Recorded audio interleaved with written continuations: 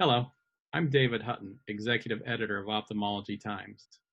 Today, I'm joined by Dr. Dilraj Grewal, who is presenting Evaluating the True Recurrence Rate in Non-infectious Posterior Segment Uveitis. Thank you for joining us today. Tell us about your presentation. Thank you. It's great to be here virtually. So this is a post-hoc analysis of the clinical trial, the registration clinical trial for the Fluocinolone Acetonide Insert, which is an intravitreal insert that delivers a low dose of steroid over a period of 3 years. And one of the challenges when you are evaluating the efficacy of such local therapy for uveitis is to account for the effect of systemic medications, including medications that patients might have for other inflammatory conditions, not just their eye, as well as for medications that they might have to be on for the inflammation in the fellow eye. Now, as part of the clinical trial, any patient who was on these medications that were defined as confounding medications was categorized as a recurrence. It was an imputed recurrence. So this post-hoc analysis was designed to help tease out which of those patients had a recurrence because of the study eye versus those that had an imputed recurrence because they had to be placed on systemic medications due to systemic inflammation or fellow eye inflammation. So looking at the 87 patients who were in the fluocinolone acetonide cohort, 49 of them had a recurrence.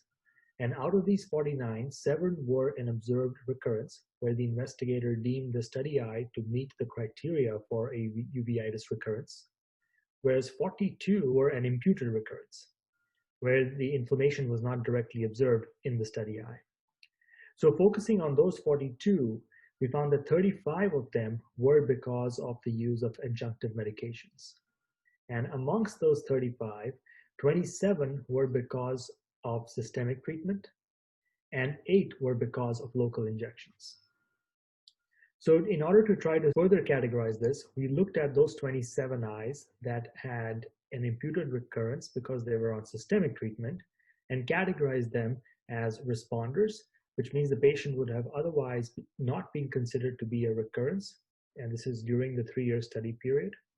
Those who were non-responders, which means they then went on subsequently to develop findings in the eye that suggested they had a recurrent inflammation. Those who were likely responders, where the reason for placing the patients on the systemic medications were not completely clear. And then looking at those 27 eyes that had an imputed recurrence because of being on systemic medication, we found that 10 of them were actually responders.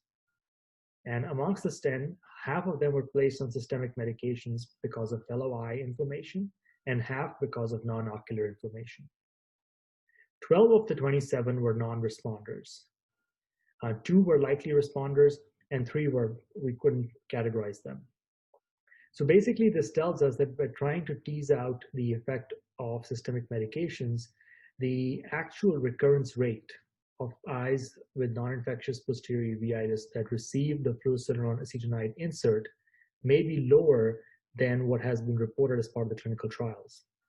Because the clinical trials reported a 56% recurrence over a 36-month period, but if you try to exclude some of the imputed recurrences, that rate is likely lower.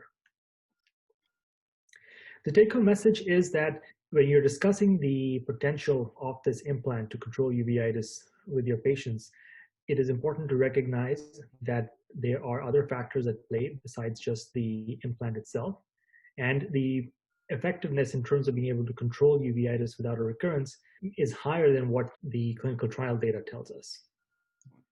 Again, thank you so much for making some time for us today. We really appreciate it, and I wish you good health and safety going forward. Thank you. You as well.